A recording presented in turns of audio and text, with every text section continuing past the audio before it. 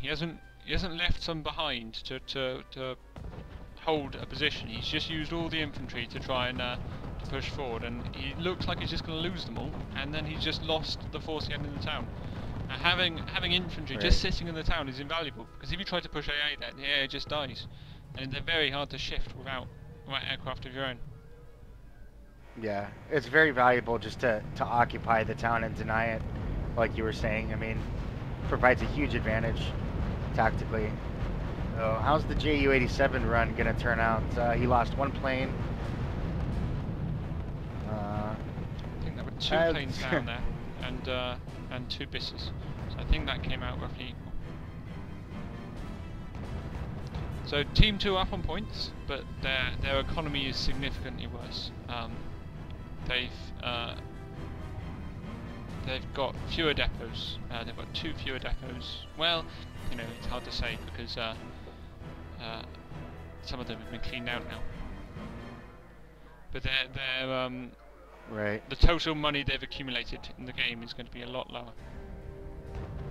The main advantage that Team 1 has right now is the Siegfried blockhouse in the middle, and the units are providing them access to those 2 depots in the middle that they can get more money, and yet Team 2 is not pushed out into the middle of the map at all yet. They've been denied it. Yeah, the thing is we can't, even though it looks like we have quite a lot more tanks than they do, the Siegfried would rat our tanks, and we couldn't get close enough. Yeah, the tanks are so slow that it takes a long, and their range isn't that great, and the Siegfried's got a 600 meter range. It will really help support these KV-1s if they try to attack.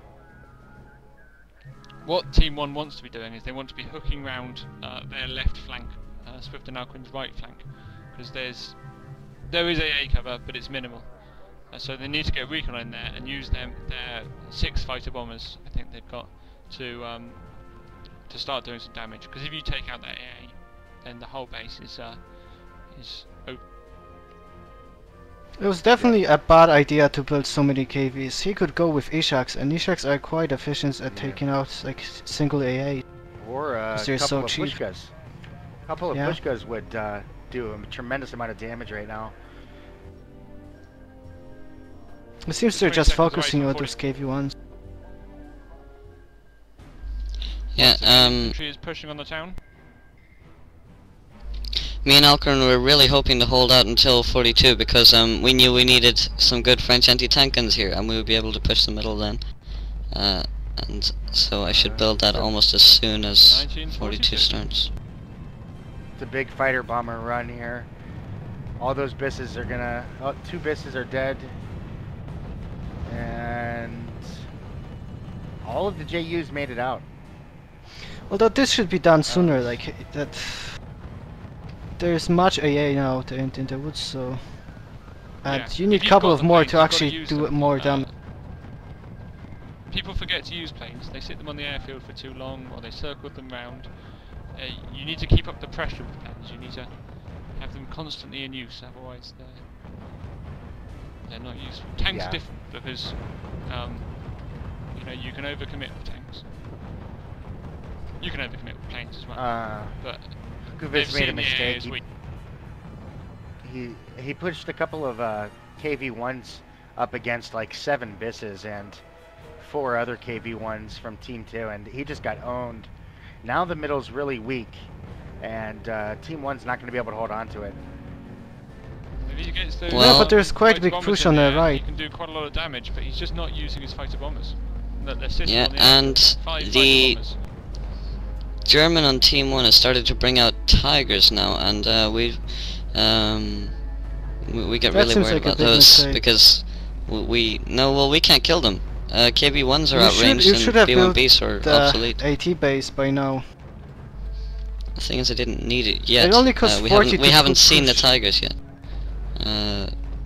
Is the thing. Well, you can see armor coming from Germany. You can assume they're Tigers fairly safely. From the speed. Here comes Stukas again. I'm somewhat surprised that none of the Russians have utilized pushkas yet. That's so far in this game. They could be really, really devastating. Yeah, artillery is strong on this map because there are plenty of places to hide from absolutely. attacking tanks. They're hard to get to, and yet the ranges are quite short.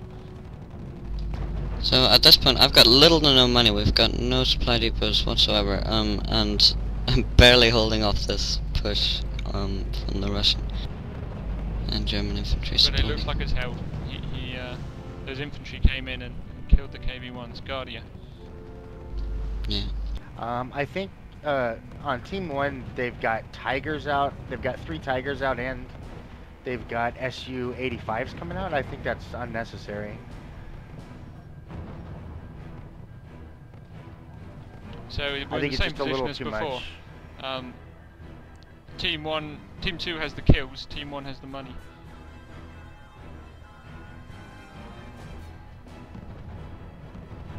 Yeah, Team 1 keeps making a lot of ineffective pushes and losing units needlessly when they have the economic advantage.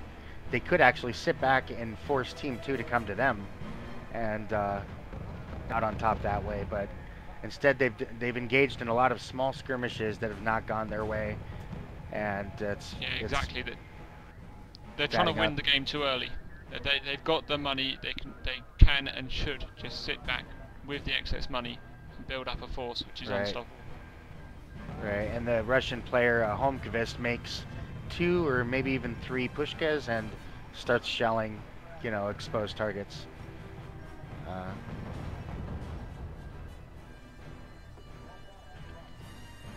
It's quite often the way that people lose games is they try to win them. They play too aggressively. They don't realise that they've got the advantage in the long run, and they try to win it in the short run. Sturmovic's coming the in. Sturmovik is going to get owned. Yeah. And the KV's not dead. So Sturmovic's can kill armor 4 in one run, but it's actually quite rare. They're very close to killing armor 4 in one run. So if you get like a few artillery hits or 1 tank hit on it, combined with the Sturmovik, you will kill it. It's the same as a Typhoon, but most of the time you won't. Right. On its own. So now me and Alcarin know that there's Tigers and Su-85s in the field, and I've built an anti-tank base because the anti-tank guns will cover both of those threats. So a couple of German bombers suiciding. I'm not quite sure what the plan was. Those light bombers are quite expensive, and well, they're 25. It's very expensive, but it takes 2 of them to do anything. And there were 2 of them and they just died. What the German player could be doing instead is, a couple of Tigers is okay, but 4 or 5 is unnecessary at this point. I think Stugs could have done a much better job for them.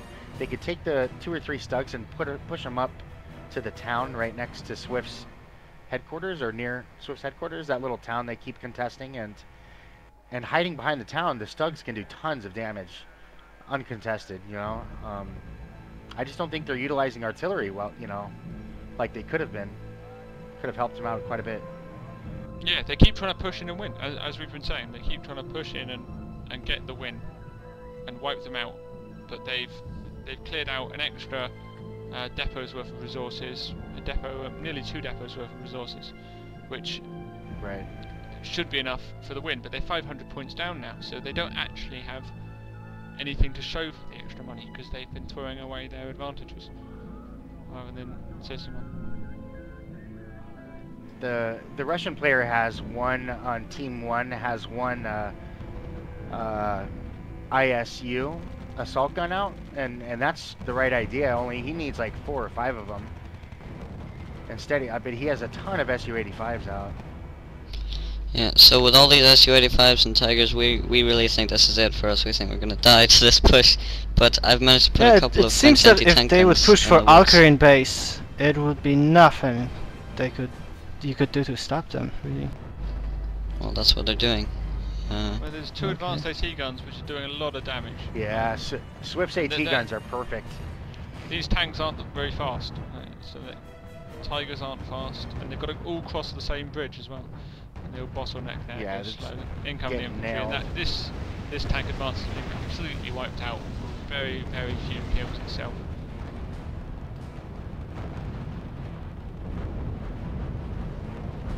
that's a disaster.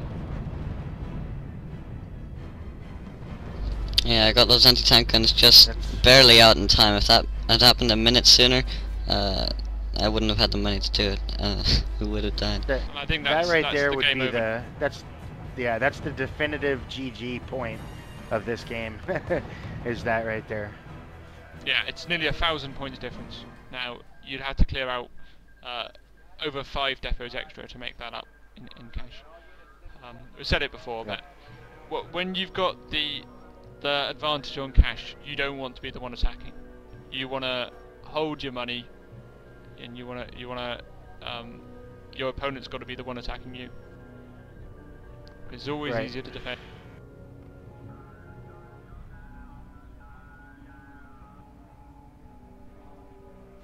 They also made a couple of mistakes at the early game, which could turn out really ugly, but just mismicro of the planes I think was the biggest problem. The Stukas, although I thought it was gonna be a bad idea, they did a lot of damage, but they haven't utilized them well. They got a couple of kills and then did nothing about it.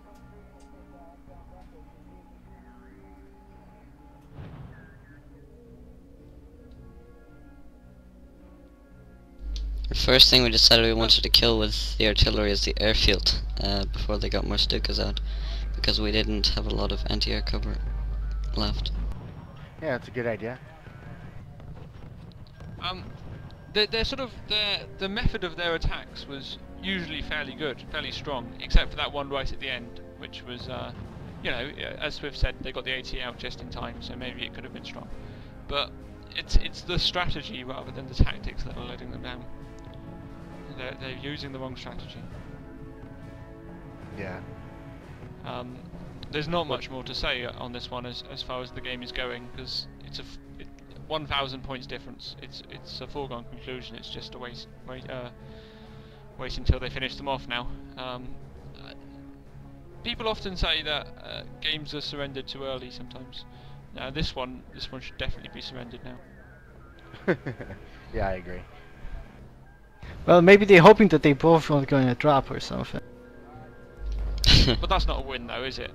If both your opponents drop, that's not a win. That's just that's a win by default. You know you've lost. That's a technicality. Yeah. Who cares? You still feel like you lost, and you have lost. Yeah.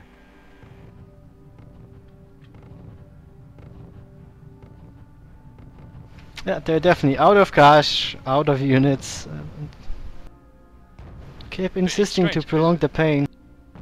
They cleared out a depot and most of the one on the side as well. So one in front of Holmquist's base, and the one to the side of Sliderak. I'm not quite sure how to pronounce his name.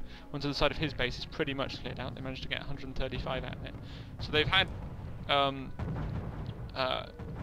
300, 400 extra income over the whole game, and if there'd been no fighting to this point, 400 extra income would easily win it for them.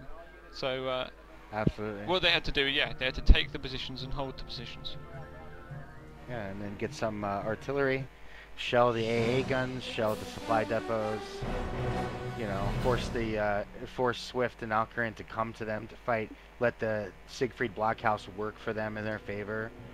You know, yeah, they had all the advantages they needed, but kind of squandered them. So